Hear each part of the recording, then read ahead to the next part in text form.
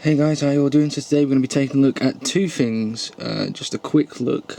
I've got a review coming up for these products and I got them through the post today, so I just want to show you what you get in the box, and then I'll show you more in the future. So this is for the Pocket Chip, and it's a nice little thing. It's made by the Next Best Thing company, designed I think in California, assembled in China. And then you've got the $9 computer, which is the chip. These guys have kindly sent me over these products to take a look at. Pocket Chip has not yet released. There's pre-orders on the website now for a special price of $49.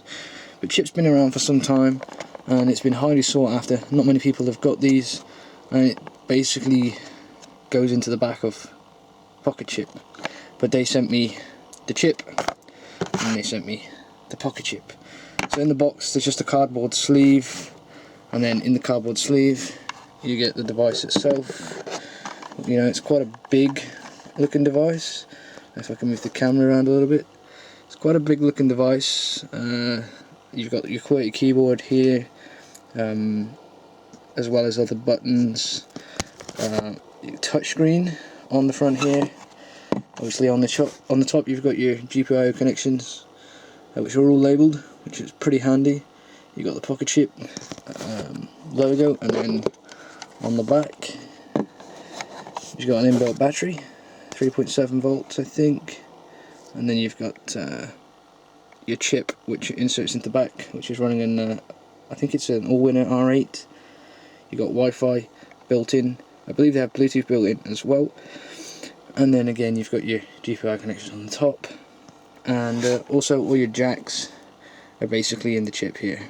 So you've got USB, your headphone out, and your charging. Now the Pocket Chip needs to have that plugged in the back in order for it to charge the battery, because the dedicated charging point basically is charging chip is actually inside the chip. So you do need that plugged in to be able to charge the device. And I've only played around with this for like 5 minutes, but all these buttons are super clicky and responsive. The touchscreen is really nice and responsive, and I'll just show you how long it takes to boot up.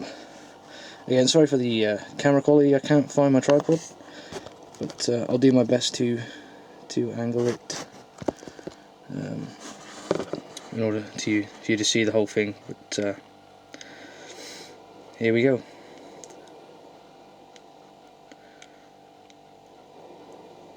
So there will be no sound. The sound needs to come from the headphone jack, and I believe there is Bluetooth built in, but the Bluetooth doesn't seem to be enabled on the software yet. So that may be in a later update, but at the minute Bluetooth doesn't work on the Pocket Chip. The only sound that works comes out through the headphone jack at the top. Once you boot it up, it takes a couple of minutes, not too long really for one of these devices. You know, you usually wait a few minutes anyway for it to boot up, but once it boots up you'll be greeted with the Pocket Chip logo, and then you come up. This comes up every time at the minute, so I'm wondering if they'll disable tour. There we go. That's why I haven't disabled it. But each time you boot up, the tour will come up unless you disable it. You've only got 6 apps.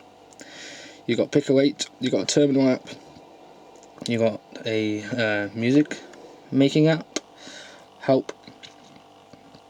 I think you've got to write code in here, like a Word document, Word processing, and then you've got folders here. So basically it will just tell you about those. You've got Wi-Fi built in, and voila, this is the main screen. So you end up with the terminal, play Pick 08, make music, and get help. Give me a moment, I'm just going to show that camera behind me, see if we can get the lighting a little better in here. There we go. So the screen is actually quite bright. You can actually change the brightness settings, which is nice, via the touchscreen. So it goes quite low for nighttime playing, quite bright for daytime playing. You also got sound control, which obviously affects what's coming through the headphones. And that's that. So what I wanted to try was to get some sound out of this into a speaker to show you what we can hear through it, because I haven't actually heard any sounds through it yet, so we'll see if this works. Now again, This is a new speaker. It's another product I've got to review from C.H.I.P, and that will be coming up soon. But we'll plug her in and we'll see if we can get some sound into the speaker. It'll be interesting to see what the games sound like on Pico-8. But Pico-8 is basically a game making software as well as a game playing software. And if we plug this into the top, into here, everything feels nice and snug. We'll turn the speaker on. Power on. Pairing. We don't need to pair.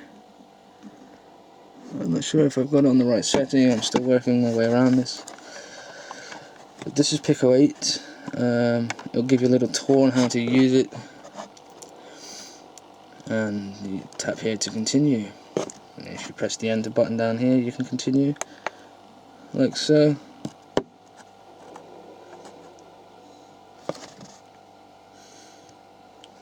Now, as you can see, we've got games here. These are the games you can play on the device already.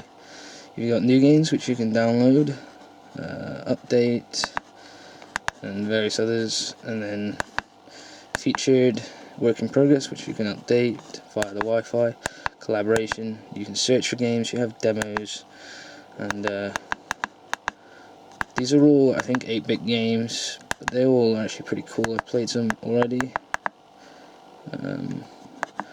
I've played Hug Arena, so we'll go into Hug Arena. Yeah, the sound isn't coming through the speaker, so I'm not entirely sure what to do there, guys. But I will get this sorted out so that we can get sound through it when I do the next video. But for now, we're just going to have to go without sound. But these games do have sound, I believe. So if we press action button, the game tells you in many to press the action button or 1. 0 is actually the button you need to press to get the game started. And then we use the arrow keys. And again, the action button pretty much does everything for you, I believe. Is it the action button? Or is it the enter button? Yeah, the action button. So the cool thing about this is we can now basically press enter. We can exit and go into different games. I think there is also a way to edit the code, but once again, I haven't figured this all out yet. It's a brand new device, so I'm still working my way through it.